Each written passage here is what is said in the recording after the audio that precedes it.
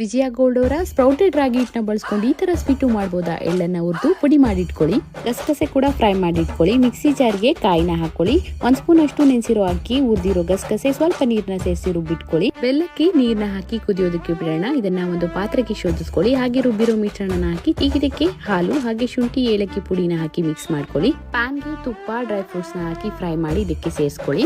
ಒಂದು ಪ್ಯಾನ್ಗೆ 2 ಗ್ಲಾಸ್ ಅಷ್ಟು ನೀರು, ಚಿಟಿಕೆಯಷ್ಟು ಉಪ್ಪು, ತುಪ್ಪ ಹಾಗೆ 1 ಗ್ಲಾಸ್ ಅಷ್ಟು ಸ್ಪ್ರೌಟೆಡ್ ರಾಗಿ ಹಿಟ್ಟನ್ನ ಸೇರಿಸಿ ಚೆನ್ನಾಗಿ ಇದನ್ನ ಮಿಕ್ಸ್ ಮಾಡ್ಕೋಬೇಕು.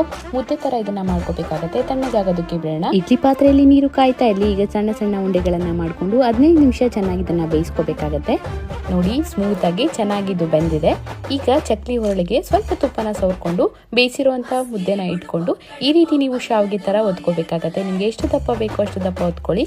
ಮೇಲೆ ತುಪ್ಪ ಹಾಗೆ ಎಳ್ಳಿನ ಪುಡಿ, ಸ್ವಲ್ಪ ಕಾಯಿ ತುರಿ ಹಾಗೆ ಗಸಗಸೆ ಪಾಯಸನ ಹಾಕೊಂಡ್ರೆ ಸಖತ್ ಟೇಸ್ಟಿ ಆಗಿರೋ ಶಾವಿಗೆ ರೆಡಿ.